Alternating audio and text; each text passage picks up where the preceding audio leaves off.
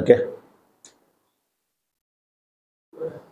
ప్రొద్దుటూరు నియోజకవర్గ ప్రజలందరికీ మీ బిడ్డలాంటి రాచమల్లు శిరస్సు వంచి హృదయపూర్వకంగా నమస్కరిస్తూ,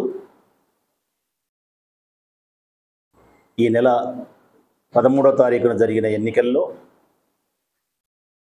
రాష్ట్ర వ్యాప్తంగా వైఎస్ఆర్ కాంగ్రెస్ పార్టీ ఓడిపోవడం, తెలుగుదేశం పార్టీ ఘనమైన విజయాన్ని సాధించడం మీ అందరికీ విదితమే. కారణాలు ఏమైనా ప్రజలిచ్చిన తీర్పు శిరసావహించక తప్పదు. అది నేనైనా 164 మంది ఎమ్మెల్యేలైనా. అందుకే మీ బిడ్డ రాచమల్లు ప్రొద్దుటూరు నియోజకవర్గ ప్రజల యొక్క తీర్పును మనసా వాచే కర్మేన అంగీకరిస్తూ ఉన్నా. నా ఓటమిని ఒప్పుకుంటా ఉన్నా. కారణాలు ఏవైనా కావచ్చు. గడిచిన 10 సంవత్సరాల కాలంలో, అంటే నన్ను 2 పర్యాయాలు మీరు ఎమ్మెల్యేగా గెలిపించినారు. ఒకసారి ప్రతిపక్ష పార్టీ ఎమ్మెల్యేగా 5 సంవత్సరాలు కొనసాగిన, మరొకసారి 2019 నుంచి 24 వరకు అధికార పార్టీ శాసనసభ సభ్యునిగా కొనసాగిన. మొత్తం వెరసి 10 సంవత్సరాలు మీ బిడ్డ ఎమ్మెల్యేగా మీకు సేవలు అందించగలిగినాడు. గడిచిన 10 సంవత్సరాల కాలంలో నేను నిబద్ధతగా 100కు 100% ప్రజల కోసమే బ్రతకాలి, ప్రజల కోసమే ఈ పదవి ఉపయోగపడాలి అని చెప్పి మాత్రమే నేను పని చేసిన. ఈ ఊరిని అభివృద్ధి చేసేదానికి, ఈ ఊరిని ప్రశాంతంగా ఉంచేదానికి, ఈ ఊరిలోని పేద ప్రజల యొక్క కష్టాలను పరిష్కరించేదానికి నిరంతరం ఆలోచించిన, శ్రమించిన, ప్రయాణం చేసిన. ఉద్యోగస్తుల విషయంలో ఎప్పుడూ గౌరవంగానే ప్రవర్తించిన. వారి సాధక బాధలను అర్థం చేసుకోగలిగిన, ఉద్యోగస్తులుగా, చదువుకునే వారిగా వారి మేధస్సును గౌరవించిన. ఎమ్మెల్యేగా వారిపై ఎప్పుడు పెత్తనం చేయలే. ఈ 10 సంవత్సరాల కాలంలో ఈ నియోజకవర్గాన్ని అభివృద్ధి చేసే కార్యక్రమంలో నాకు సహకరించినటువంటి ప్రతి ఉద్యోగస్తునికి నా హృదయపూర్వకమైనటువంటి కృతజ్ఞతలు తెలియజేస్తా ఉన్నా. చిన్న ఉద్యోగస్తుని దగ్గర నుంచి పెద్ద ఉద్యోగస్తుని దగ్గర వరకు పేరు పేరున ప్రతి ఒక్క ఉద్యోగస్తునికి హృదయపూర్వకంగా కృతజ్ఞతలు తెలియజేస్తా ఉన్నా. వ్యాపారస్తులు ప్రొద్దుటూరులో అధికంగా ఉన్నారు. వ్యాపారస్తులందరికీ విజ్ఞప్తి చేస్తూ ఉన్నా. నేను ఎమ్మెల్యేగా కొనసాగిన ఈ 10 సంవత్సరాల కాలంలో వ్యాపారస్తుల యొక్క భద్రత కోసమే పనిచేసిన నేను. రక్షణ వలయంగా నిలబడిన, మీ అభివృద్ధి కోసం పనిచేసిన నేను. మీ వ్యాపారాలు అభివృద్ధి చెందాలని, మీరు ప్రశాంతమైన వాతావరణంలో జీవించాలని, స్వేచ్ఛగా మీ మనోభిప్రాయాలను వ్యక్తపరుస్తూ మీ కుటుంబ సభ్యులతో సంతోషంగా ఉండాలని చెప్పి 10 సంవత్సరాల నా ఎమ్మెల్యే పదవి మీ కొరకు నేను ఉపయోగించగలిగిన. ఎక్కడే కానీ ఏ ఒక్క వ్యాపారస్తుని నేను ఇబ్బంది పెట్టలేదు, బాధ పెట్టలేదు. డబ్బుల కోసమనో, రాజకీయాల కోసమనో, పదవుల కోసమనో మిమ్మల్ని బాధ పెట్టే క్రమం కానీ, భయపెట్టే క్రమం కానీ, మీ దగ్గర నుంచి దోచుకునే క్రమం కానీ మీ బిడ్డ రాచమల్లు ఒక్కనాటికి చేయలేదు, మరెన్నటికి కూడా చేయడు. నా శక్తి ఉన్నంత వరకు మీ అభివృద్ధి కోసం, మీ సంతోషం కోసమే నేను పని చేయగలిగిన.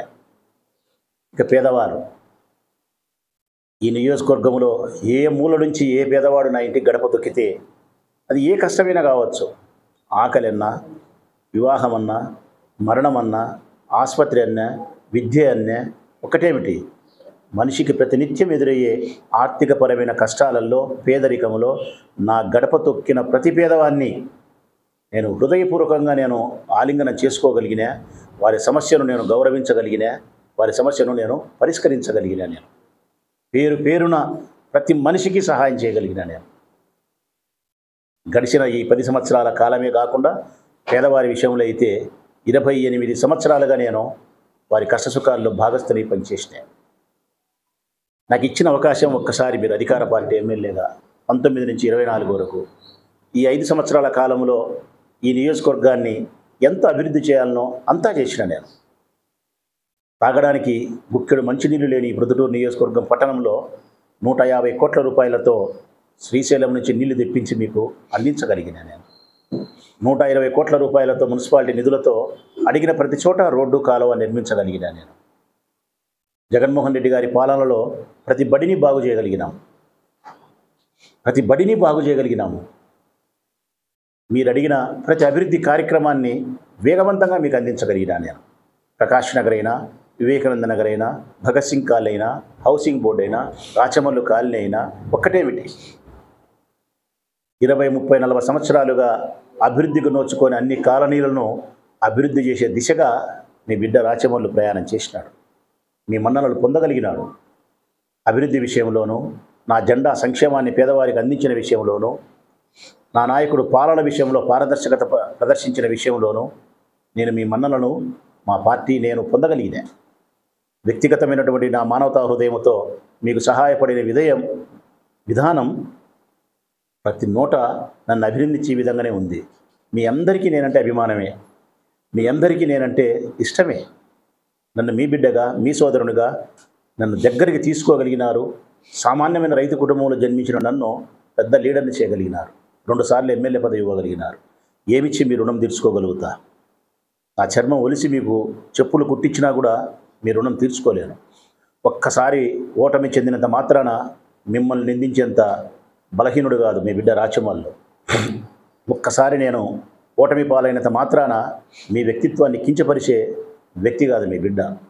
రాజకీయ జీవితంలో గెలుపు ఓటములు సర్వసాధారణం.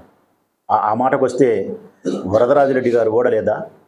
2009లో ఓడలేదా? 2014లో ఓడలేదా? 2019లో ఆయన పోటీనే చేయకుండా ఇంటికే పరిమితం కావాల్సిన పరిస్థితి కాలేదా? పెద్దలు ఓడినారు. కానీ ఓటమి చెందినప్పుడు కానీ, గెలిచినప్పుడు కానీ ప్రజలు నిందించడం మానుకుంటేనే మంచిది ప్రజాస్వామ్యంలో. మనం అన్నీ చేసినాం, అంతా మంచే, కానీ ఓటేలే. దానికి కారణం వారి హృదయంలో మరొక ఆలోచన ఉంటుంది. మేనిఫెస్టోలో చంద్రబాబు నాయుడు గారు ఇచ్చినటువంటి హామీలు మా కుటుంబానికి మేలు జరుగుతాయని చెప్పి భ్రమించి ఉండొచ్చు. 3 గ్యాస్ సిలిండర్లు వస్తాయనుకోండొచ్చు, ఆర్టీసీ బస్సు ఛార్జీలు లేవనుకోండొచ్చు, కరెంటు బిల్లులు పెరగవనుకోండొచ్చు, ఆడపిల్లలు ఎంతమంది అంతమందికి డబ్బులు ఇస్తానని చెప్పినాడు కాబట్టి ఇస్తాడనుకోండొచ్చు, ప్రతి నెల 4,000 పెన్షన్ అనుకోండొచ్చు, అమ్మఒడి అంతమందికి ఇస్తానని చెప్పినది కావచ్చు, చేనేతలకు మగ్గం ఉంటే 500 యూనిట్ల వరకు 200 యూనిట్ల కరెంటు ఫ్రీ అని చెప్పినది కావచ్చు. ఇవన్నీ కారణాల చేత పేదరికంలో ఉండే మాకు ప్రతి నెల 15,000, 10,000, 12,000 డబ్బు వస్తుంది కదా అనే ఇష్టంతో, కోరికతో, వారి పేదరికంతో చంద్రబాబు నాయుడు చెప్పిన మాటలు నమ్మి ఓటు వేసిండొచ్చు. ఆ నమ్మకమా? ఆ నమ్మకం బొమ్మ అనేది కాలం నిర్ణయిస్తుంది. కానీ నేనైతే కోరుకుంటా ఉన్నా, ప్రజలకు మంచి జరగాలని కోరుకుంటా ఉన్నా. చంద్రబాబు నాయుడు చెప్పిన హామీలన్నింటినీ నెరవేర్చి ఈ రాష్ట్రంలో ఉండే పేద ప్రజలకు మేలు చెయ్యాలని కోరుకుంటా ఉన్నా. అందులో నా నియోజకవర్గం ఒకటి ఉంది. నా నియోజకవర్గంలో పేదవారు ఉన్నారు కాబట్టి ప్రతి నెల వారికి 10-15 వేల రూపాయలు ప్రభుత్వం నుంచి రాగలిగితే మొట్టమొదట సంతోషించేవాడిని నేనే. ఏదేమైనప్పటికీ కూడా వరదరాజిరెడ్డి గారు విజయాన్ని సాధించినందుకు మనస్ఫూర్తిగా చెప్తా ఉన్నా శుభాకాంక్షలు వారికి. వారితో నేను ఓడినందుకు నాకు బాధ లేదు. కారణం ఎన్నోసార్లు చెప్పిన నా గురువు అత్యంత బలవంతుడు, రాజకీయంలో శక్తివంతుడని అంగీకరించిన ఆ రోజు కూడా ప్రజలు ఈరోజు అనుకూలమైన తీర్పు ఇచ్చినారు కాబట్టి ఆయన గెలవగలిగినాడు. ఒకసారి నేను విజయం సాధించిన ఆయన మీద, ఒకసారి ఆయన నా మీద విజయం సాధించినాడు. నేను గెలిచిన ఆయన మీద నాకు గౌరవమే, నేను ఓడిన ఆయనతో నాకు గౌరవమే. కానీ ఒక్క మాట అయితే చెప్పగలుగుతా, పెద్దలు వరదరాజిరెడ్డి గారికి మీకు చాలా బలమైనటువంటి బాధ్యతనిచ్చినారు ప్రజలు. ఈ నియోజకవర్గాన్ని అభివృద్ధి చేసే బాధ్యతనిచ్చినారు. గడిచిన 25 సంవత్సరాల కాలంలో మీరు ఏం చేసినారో ఏం చేయలేదో ఇక్కడ విమర్శించడం, పొగడడం అప్రస్తుతం. కేవలం ఉండబడిన 5 సంవత్సరాల కాలాన్ని మీకు ఇచ్చిన ఈ పెద్ద బాధ్యతను స్వీకరించండి. ఈ నియోజకవర్గాన్ని అభివృద్ధి చేసేదానికి మీ చివరి రాజకీయ చరవాంక దశలో మీ కాలాన్ని ఉపయోగించి ఈ ప్రజల హృదయాలలో చిరస్థాయిగా నిలబడిపోయేంత గొప్ప కార్యక్రమాలు మీ పార్టీ ద్వారా, మీ ప్రభుత్వం ద్వారా ప్రజలకు చేయాలని మనస్ఫూర్తిగా మిమ్మల్ని నేను కోరుకుంటా ఉన్నా. మీరు చేయబోయే అభివృద్ధి కార్యక్రమాల్లో రాచమల్లు ఓ సామాన్య ఓటరుగా, ఓ ప్రజానాయకునిగా, ఓ రాజకీయ పార్టీకి సంబంధించినటువంటి నియోజకవర్గ నాయకునిగా మీకెప్పుడు నేను అభివృద్ధిలో సహకరిస్తా. కక్షలకు, కార్పణ్యాలకు, కక్ష సాధింపు చర్యలకు తిలోదకాలిచ్చి ఈ ప్రొద్దుటూరు నియోజకవర్గాన్ని ఆదర్శవంతమైన గ్రామంగా ఆదర్శవంతమైన నియోజకవర్గంగా రాజకీయాలు నడపాలని చెప్పి మిమ్మల్ని మనస్ఫూర్తిగా కోరుకుంటూ మరొక్కసారి మీరు చేయబోయే అభివృద్ధికి నేను ఎదురు చూస్తూ ఒక్క మాట అయితే చెప్పగలుగుతా. తెలుగుదేశం పార్టీ వారికి నేటి నుంచి 1 సంవత్సరం కాలం పాటు మిమ్మల్ని నేను విమర్శించను, మిమ్మల్ని నేను ప్రశ్నించను. కారణం, మీరు ఎగాసగా పడడానికి, ప్రభుత్వాన్ని సమాయత్తం చేసుకునేదానికి, ఉద్యోగస్తులను సమకూర్చుకునేదానికి, చెప్పిన సంక్షేమ పథకాలను ప్రజలకు అందించేదానికి మీకు మేము ఇస్తూ ఉండే గడువు, ప్రజల వైపు నుంచి మేము ఇస్తూ ఉండే గడువు సంవత్సరం కాలం. సంవత్సరం వరకు పల్లెత్తు మాట మిమ్మల్ని నేను అనను, పల్లెత్తు మాట మిమ్మల్ని విమర్శించను. సంవత్సరం రోజులు ప్రెస్ ముందుకు కూడా నేను పెద్దగా రాను. ఇది మీకు ఇస్తాండే సమయం, ప్రజలు ఇస్తాండే సమయం. దాన్ని నేను కూడా అంగీకరిస్తూ ఉన్నా. 1 సంవత్సర కాలం దాటిన తర్వాత ప్రజల విషయాలలో తెలుగుదేశం పార్టీ ఏ తప్పులు చేసినా వారికి అందాల్సిన సంక్షేమం కానీ, ఈ నియోజకవర్గానికి అందాల్సినటువంటి అభివృద్ధి, మెడికల్ కాలేజ్ కానీ, పాల కేంద్రం తెలుసుకోవడం కానీ, అండర్ గ్రౌండ్ డ్రైనేజ్ కానీ, మరిన్ని అభివృద్ధి కార్యక్రమాలు ఏమైతే వారు మేనిఫెస్టో ప్రొద్దుటూరు నియోజకవర్గానికి తెలియజేసినారో వాటి విషయంలోనూ, తెలుగుదేశం ప్రభుత్వం ఏర్పడినాక చేస్తానని చెప్పిన సంక్షేమ పథకాల విషయంలోనూ 1 సంవత్సరం కాలం తర్వాత ప్రజా సమస్యల పరిష్కారంలో మీరు వెనకడిగేస్తే మేము ముందడుగు వేసి ప్రజల పక్షాన మా గొంతును వినిపించడానికి సంసిద్ధంగా ఉంటాం. శాంతియుతమైనటువంటి పద్ధతుల్లో చట్టానికి లోబడి తప్పనిసరిగా ప్రజాస్వామ్యవాదులమై ప్రజల పక్షాన మీతో ఎప్పుడు కూడా మేము పోరాటం చేయడానికి, ప్రజలకు మంచి చేయడానికి సంసిద్ధంగా ఉంటామని తెలియజేస్తూ మరొక్కసారి పెద్దలు వరదరాజిరెడ్డి గారికి శుభాకాంక్షలు. ఈ నియోజకవర్గ ప్రజలు 83,000 మంది నాకు ఓటేసినారు. 83,000 మంది ఓటేసినారు. ఇది అందరూ గుర్తుపెట్టుకోవాలా. నేను ఓటమి చెందినప్పటికీ కూడా నాకు వేసిన ఓట్లు 83,000 మంది వేసినారు.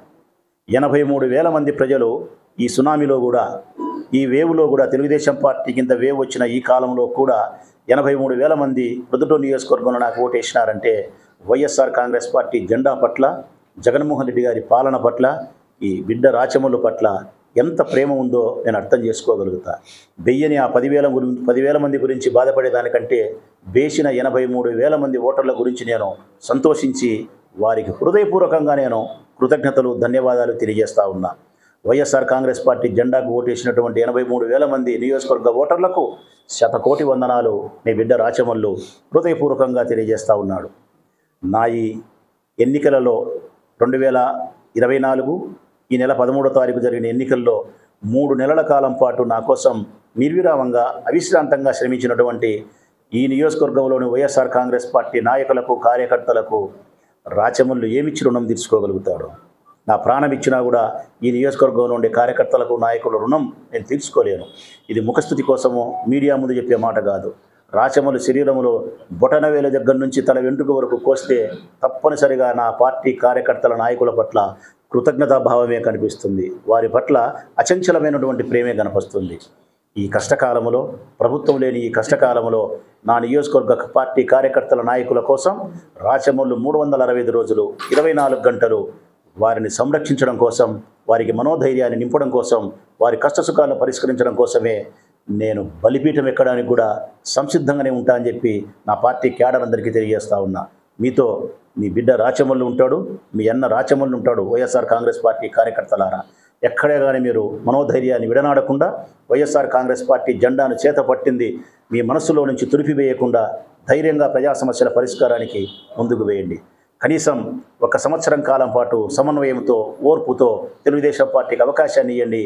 అంతవరకు ఎక్కడే కానీ తెలుగుదేశం పార్టీకి సంబంధించిన వాళ్ళు కవ్వింపు చర్యలకు పాల్పడినా కానీ మీరు హింసను ప్రేరేపించే చర్య దిశగా ప్రయాణించొద్దని చెప్పి మనస్ఫూర్తిగా తెలియజేస్తూ పోలీసులకు కూడా విజ్ఞప్తి చేస్తూ ఉన్నా.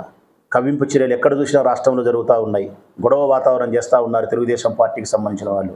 అటువంటి వాతావరణం ప్రొద్దుటూరులో లేదు. ఆ లేకుండా ఉండే విధానాన్ని అట్టనే కొనసాగించాలని, ఎక్కడైనా ఒకటి అరా అటువంటి వాతావరణానికి ప్రయత్నం చేస్తే దాన్ని కట్టడి చేసేదానికి పోలీసులు ప్రయత్నం చేయాలని చెప్పి మనస్ఫూర్తిగా పోలీస్ శాఖకు తెలియజేస్తూ మరొకసారి ఈ నియోజకవర్గ ప్రజలందరికీ నా హృదయపూర్వక ధన్యవాదాలు తెలియజేస్తూ సదా మీ సేవలో మీ బిడ్డ రాచమల్లు. ఊపిరున్నంత వరకు ఈ ఊరి అభివృద్ధి కోసమే, నా ఊపిరి ఆగిపోయేంత వరకు మీ సంతోషం కోసమే.